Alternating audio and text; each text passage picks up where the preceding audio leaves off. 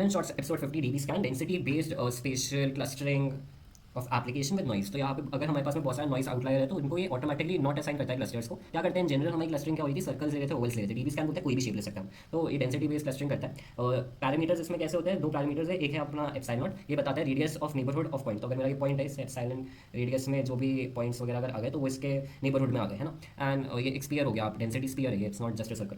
तो अगर distance between points is less than equal to epsilon then that's good. तो how do you find epsilon using elbow method. अच्छा, minimum points क्या होते हैं, it's basically minimum required to form a dense region. तो हम बोलते हैं कि डेंसिटी हाई है अगर minimum points is greater than equal to d+1 where d is the number of dimensions या फीचर्स। जनरली ये 3 होता है क्योंकि हम लोग पूरी स्पेस में वर्क करते रहे।